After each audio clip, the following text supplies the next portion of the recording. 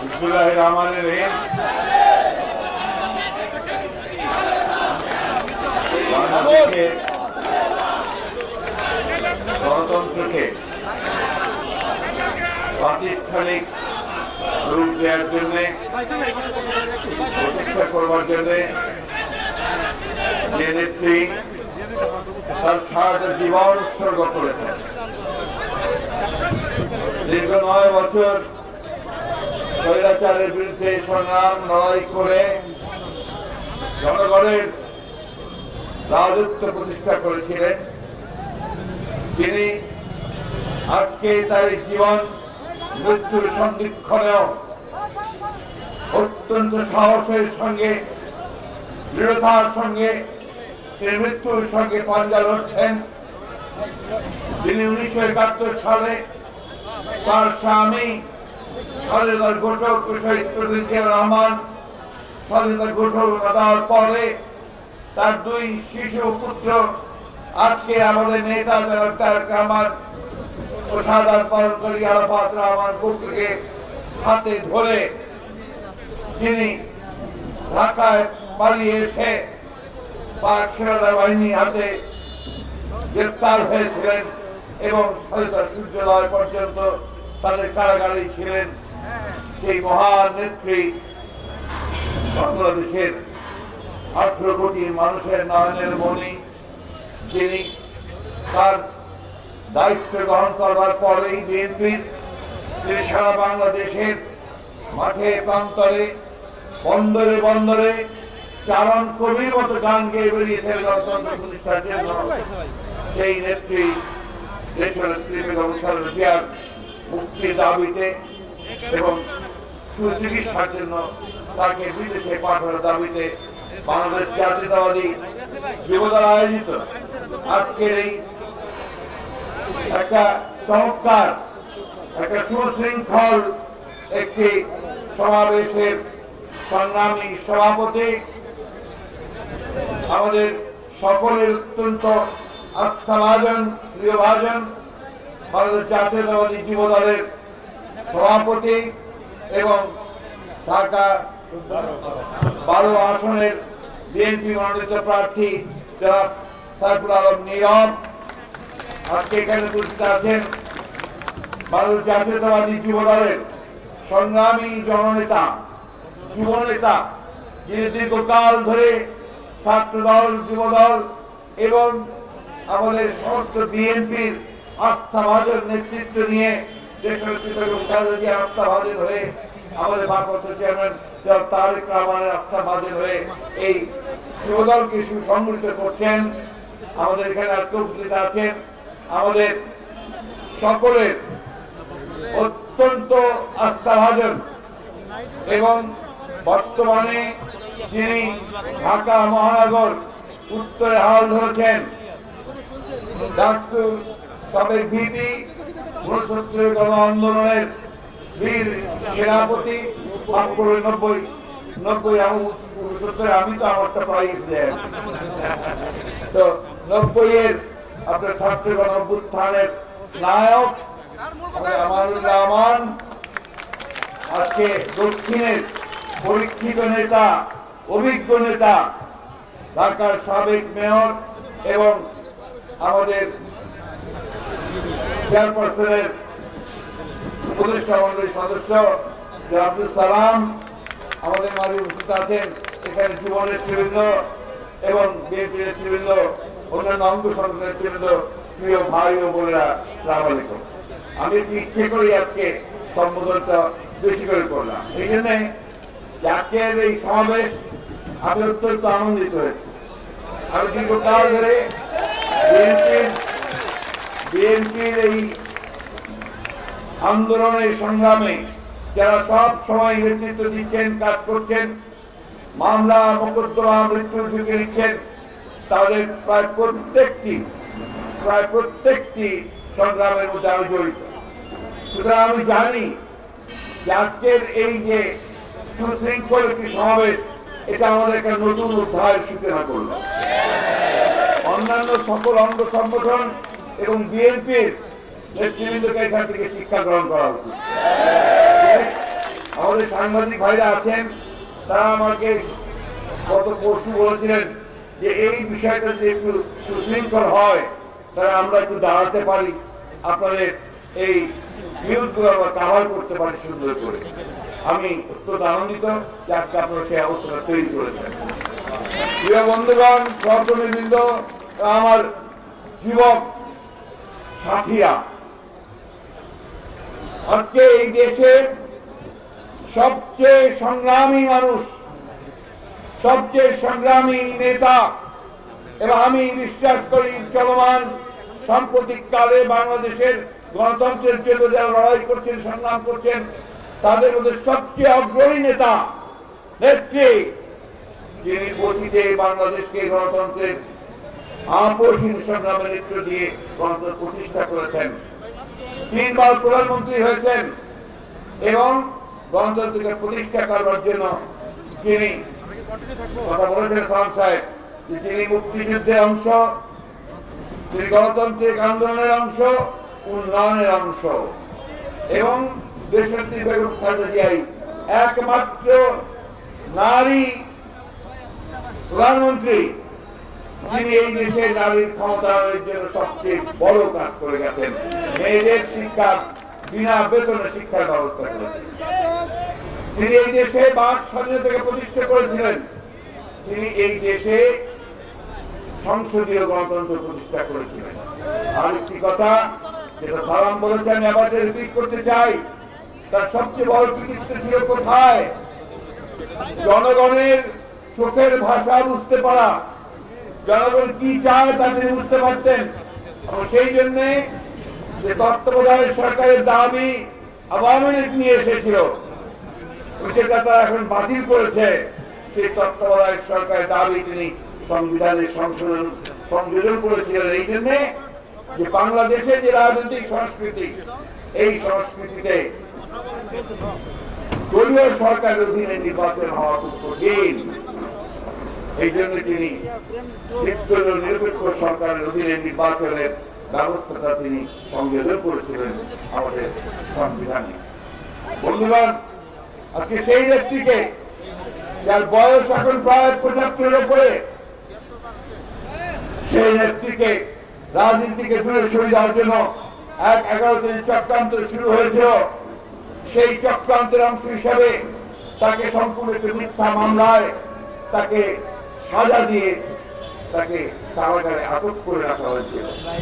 আপনারা জানেন যে এই কেন্দ্রীয় কারাগার আমাদের ওল্ড ঢাকাতে, সেই ওল্ড ঢাকার কেন্দ্রীয় কারাগারে একটা পরিত্যক্ত ভবনে, একেবারে পরিত্যক্ত একটা ভবনে, যেখানে ইউরোপের দ্বিতীয় বেরোতো, আপনার চিকা ছিল তো চিকা, সে চিকা ঘোরাঘুরি করতো, স্যাঁতসেঁতে একটা ঘরের মধ্যে তাকে প্রায় 2 বছর আটক করে রাখা হয়েছে।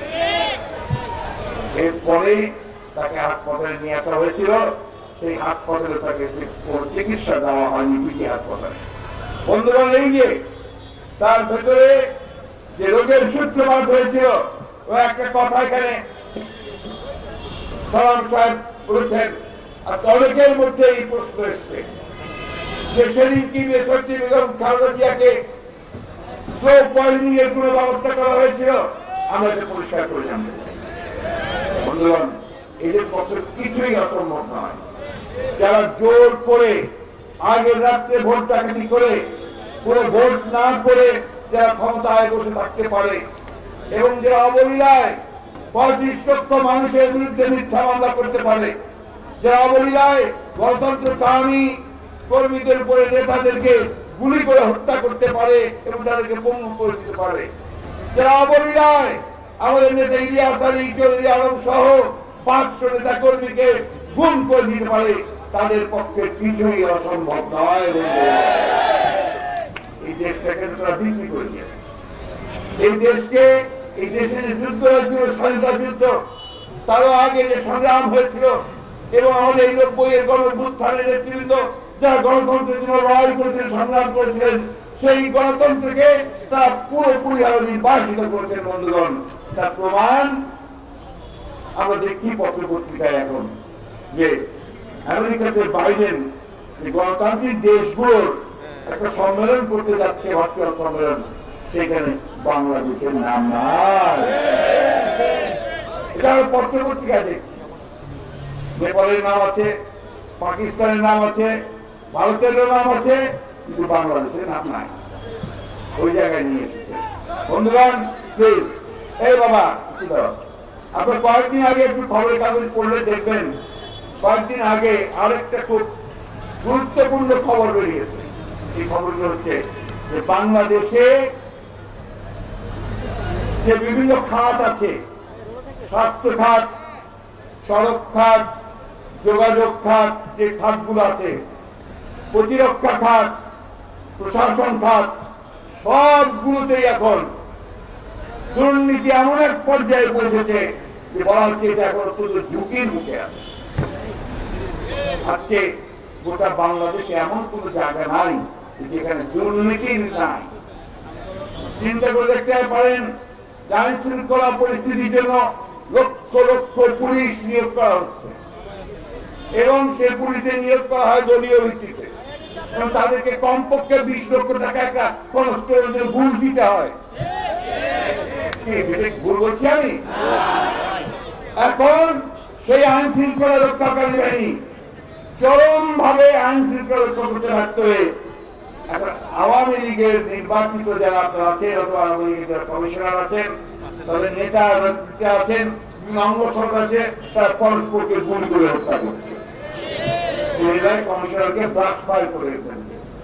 আমি গতকাল বলেছি এটা অত্যন্ত অশনি সংকেত, কারণ আমরা 72 থেকে 75 সালে আওয়ামী লীগ সরকারের আমলে একই কায়দা দেখেছি, ঈদের ময়দানে, ঈদের জামাতে ব্রাশ ফায়ার করে লোক মারছে, আমরা দেখেছি রাস্তার ধারে গুলি করে লোক মেরে রাখা হতো।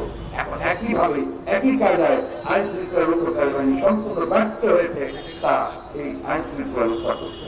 এটা একটা জায়গায় তারা ব্যর্থ হয় নাই, যে গণতন্ত্রের জন্য যে আন্দোলন, বিরোধী দলের যে আন্দোলন, আমাদের বেঁচে থাকার আন্দোলন, ভোট দেওয়ার আন্দোলন, তাকে দমন করবার জন্য কিন্তু তারা খুব সিদ্ধ হস্ত। এটাকে আমাদেরকে তাকিয়ে উঠতে হবে, এটাকে পার করতে হবে, উত্তরণ ঘটাতে হবে, ওদের এই যে পারদর্শিতা তাকে পরাজিত করতে হবে। কিছুক্ষণ আগে আমাদের বাবুল একটা কবিতার কথা বলেছে, সুভাষ মুখোপাধ্যায়, পৃথিবীতে যত কিছু পরিবর্তন হয় সব পরিবর্তনই হয় কিন্তু যুবকদের দ্বারা। যারা যুবক, তাদের নেতৃত্বে, তাদের শক্তিতেই পরিবর্তনগুলো আসে। এই বাংলাদেশে তাই এসেছে, যত পরিবর্তন এসেছে।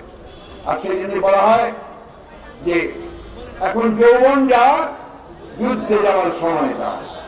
এই প্রমাণ দিতে হবে, এই প্রমাণ দিতে হবে যে এখন যারা যুবক আছে, যারা যুবকের সঙ্গে আছে, যৌবন আছে, তারা এই ভয়াবহ দানব মনস্টার, তার ওই ভোমরাটার যে প্রাণটা আছে আপনাদের সমুদ্রের এই নিচে, তাকে চুপ, আসো আসো আসো, একে দূর করতে হবে, ধ্বংস করতে হবে সেই ভয়াবহ দানব। বন্ধুগণ, একটা কথা আমাদের মনে রাখতে হবে যে আমরা এমন এক শক্তির বিরুদ্ধে লড়াই করছি যাদের কাজই হচ্ছে গণতন্ত্রকে ধ্বংস করা, মানুষকে হত্যা করা এবং আমাদের সমস্ত স্বপ্নগুলোকে ভেঙে চুরমার করে দেওয়া। সুতরাং সেই যুদ্ধে আমাদেরকে অবশ্যই অত্যন্ত সাবধান এবং কৌশলী ভাবে যেতে হবে। আপনারা, আপনাদের সঙ্গে আমি একমত। আমরা চাই যে আজকে এই সরকারকে আমরা ঘাট ধরে ফেলে দিই, সবাই চাই, প্রত্যেকটি মানুষ চায়, বাংলাদেশের মানুষ, শুধু আমি আপনি না, বিএনপি না, প্রত্যেকটি মানুষের জীবন অতিষ্ঠ হয়ে গেছে। কিন্তু যদি আমরা ভুল করি তাহলে আমরা নিশ্চিন্ন হয়ে যাব। সুতরাং প্রত্যেকটি পদক্ষেপ অত্যন্ত ধৈর্যের সঙ্গে নিয়ে সাহসের সঙ্গে মোকাবেলা করতে হবে আমাদের, এবং সেই সাহসের সঙ্গে মোকাবেলা করে ইনশাআল্লাহ আমরা অবশ্যই জয়ী হব।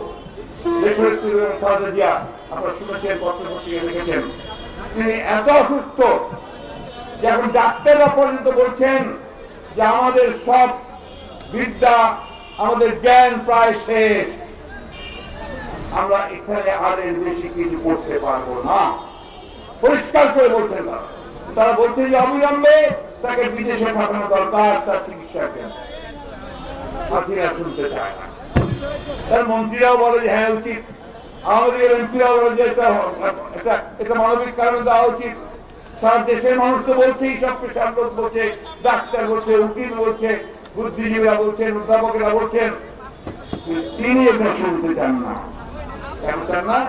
তার প্রতিহিংসা, তার প্রতিশোধ, এই যে ক্রিয়া যে দেশের বেগম খালেদা জিয়াকে তিনি রাজনীতি থেকে শুরু নয়, জীবন থেকে এখন তাকে নিশ্চিহ্ন করবার জন্য এই চক্রান্ত করছেন। আমরা জানি আন্তর্জাতিক ভাবে তার উপরে চাপ আসছে, আমি বক্তব্য দীর্ঘ করবো না। আমাদের বেঁচে থাকার লক্ষ্য হচ্ছে বেগম জিয়া। আমাদের রাজনীতির যে আপনার বাতিঘর, সেই বাতিঘর হচ্ছে বেগম খালেদা জিয়া। এই নেত্রী হচ্ছেন যে সেই নেত্রী যিনি আমাদেরকে সঙ্গে নিয়ে সেই চট্টগ্রাম থেকে তেতুলিয়া থেকে টেকনাফ পর্যন্ত গণতন্ত্রকে রক্ষা করবার জন্য ছুটে বেরিয়েছেন। আপনাদের এখন মনে আছে নিশ্চয়ই কিছুদিন আগে, বছর চারেক আগে যখন তিনি লন্ডন থেকে ফেরত আসলেন, তার আগে রোহিঙ্গারা আপনার বাংলাদেশে ঢুকেছে। আসার পরে তিনি প্রথমে বললেন যে আমি এখন ওই রোহিঙ্গাদের দেখতে চট্টগ্রাম কক্সবাজারে যাবো। মনে আছে আপনাদের? তিনি রওনা হলেন, লাখো লাখো মানুষ তার পেছনে ছুটলো সেই হ্যামিলনের বংশীবাদকের মতো। বেগম জিয়া সে বাঁশি বাজিয়ে চললেন আর মানুষ তার পিছে পিছে সে কক্সবাজারে গিয়ে পৌঁছালো। ওইটাই ভয়। ভয়টা ওইখানেই যে দেশনেত্রী যদি বাইরে থাকে তাহলে বাংলাদেশের মানুষকে আর ঘরে রাখা যাবে না। দেশনেত্রী আজকে তার জীবন নিয়ে লড়াই করছেন। আমরা কি ঘরে বসে থাকবো? আমরা ঘরে বসে থাকবো না। আমরা প্রাণ আমাদের সমস্ত শক্তি দিয়ে আমরা তাকে তার জীবন রক্ষার জন্য আমরা অবশ্যই কাজ করবো। আমাদের তাই পরিষ্কার কথা, যুবদলকে অনুরোধ করবো তারা ইতিমধ্যে আজকে যে কর্মসূচিটা করেছে সফল করেছে, ধন্যবাদ। সামনের দিনগুলোতে আরো শক্তি নিয়ে সকলকে নেমে আসতে হবে এবং আমাদের ঐক্যবদ্ধ হয়ে এই সরকারকে বাধ্য করতে হবে যে দেশের বেগম খালেদা জিয়াকে অবিলম্বে এক মুহূর্তের কাল বিলম্ব না করে তাকে বিদেশে পাঠানোর ব্যবস্থা করুন। অন্যথায় এই জনগণ আপনাদের বিচার করবে, আপনার বিচার করবে বন্ধুগণ। জবাবদিহি করতে হবে, তখন আর কাউকে খুঁজে পাবেন না, পেছনের দরজাটাও খুঁজে পাবেন না বন্ধুগণ। আসুন আমরা সবাই ঐক্যবদ্ধ হয়ে আমরা ঐক্যবদ্ধ আছি, থাকবো ইনশাআল্লাহ। আমরা আরো আমাদের আন্দোলনকে বেগবান করে আমরা বাধ্য করব এই সরকারকে দেশের বেগম খালেদা জিয়ার বিদেশে চিকিৎসা ব্যবস্থা করতে এবং দেশের বেগম খালেদা জিয়াকে মুক্ত করতে। সকলকে ধন্যবাদ। আসসালামু আলাইকুম, খোদা হাফেজ। বাংলাদেশ জিন্দাবাদ, বাংলাদেশ জাতীয়তাবাদী যুবদল জিন্দাবাদ, শহীদ জামারও দেশের বেগম খালেদা জিয়া জিন্দাবাদ, তারেক রহমান জিন্দাবাদ।